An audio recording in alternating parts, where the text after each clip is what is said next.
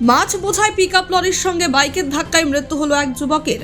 মৃত যুবকের নাম তন্ময় সরকার, বয়স 22, বাড়ি বংশীহারির ব্লকের পাথরঘাটা এলাকায়। ঘটনাটি শুক্রবার সন্ধ্যা 7টা নাগাদ ধুমসাদিঘি 512 নম্বর জাতীয় সড়কে। স্থানীয় সূত্রে জানা গিয়েছে, বাইক চালক পাথরঘাটা থেকে বুনিয়াদপুর অভিমুখে আসছিল।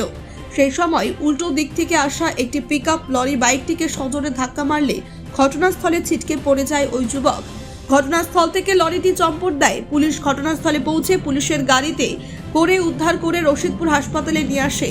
কর্তব্যরত চিকিৎসক তাকে মৃত বলে ঘোষণা করে। বাইকটি উদ্ধার করে থানায় নিয়ে যায় বংশীহারি থানার পুলিশ। দেহটিকে রাতে বংশীহারি থানায় নিয়ে যাওয়া হয়। শনিবার দেহটিকে ময়নাতদন্তের জন্য বালুরঘাটে পাঠানো হবে বলে পুলিশ সূত্রে জানা গিয়েছে। এলাকায় শোকের ছায়া। স্থানীয় বাসিন্দা গৌতম মণ্ডল বলেন, প্রতিদিন সন্ধ্যা হলেই দক্ষিণ দিনাজপুর জেলা থেকে বিভিন্ন পার্শ্ববর্তী জেলা সহ উত্তরবঙ্গের বিভিন্ন প্রান্তে জল বোঝাই করে লরিগুলি মাছ নিয়ে বেপরোয়া গতিতে চলাচল করে। এগুলো নিয়ন্ত্রণ করা দরকার। কোন জায়গায় অ্যাক্সিডেন্টটা কিভাবে হয়েছে? ধুমসাদিঘি ওই টাকশাল মানে টাকশালের বাড়ি বলা হয়, একটা কালী মন্দিরের সামনেই ঘটনাটা ঘটেছে। কিভাবে? তখন ওখানে আমি দাঁড়িয়েছিলাম, একটা হঠাৎ করে আওয়াজ হলো, গিয়ে দেখি ওখানে রান ওভার। কার সঙ্গে কার কি হয়েছে?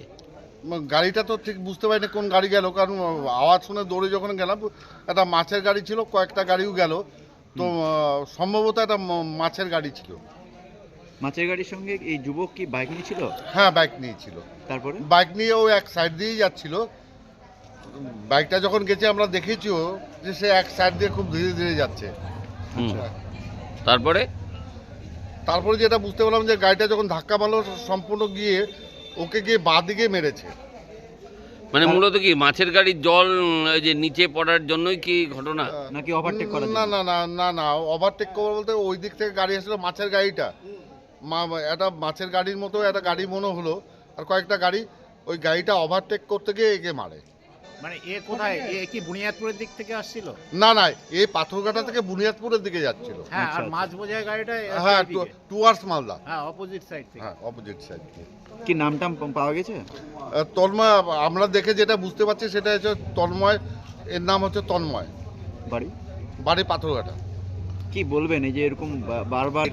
খুব মর্মান্তিক ঘটনা, এবং ওই জায়গাটা বিশেষ করে এর আগেও তো কয়েকবার এরকম ঘটনা ঘটেছে, তো ওই জায়গাটায় একটা বিশেষ করে ব্যারিকেড দরকার, এবং ওখানে মানে আমাদের প্রশাসনিক দিক দিয়ে একটা ব্যবস্থা নেওয়া দরকার, এবং ওই জায়গাটায় কন্টিনিউ ব্যারিকেড দরকার, কারণ ওখানে যে জায়গাটা বামটা রয়েছে, বামটা এমন একটা জায়গায় রয়েছে জনবহুল এরিয়াতে, এবং যে গাড়িগুলো যায় তারা কিন্তু সেইগুলো যে রুল অ্যান্ড রেগুলেশন সেটা কিন্তু কেউ ফলো করে না, তো সুতরাং ওইখানে ব্যারিকেডের দরকার আছে। Thank you.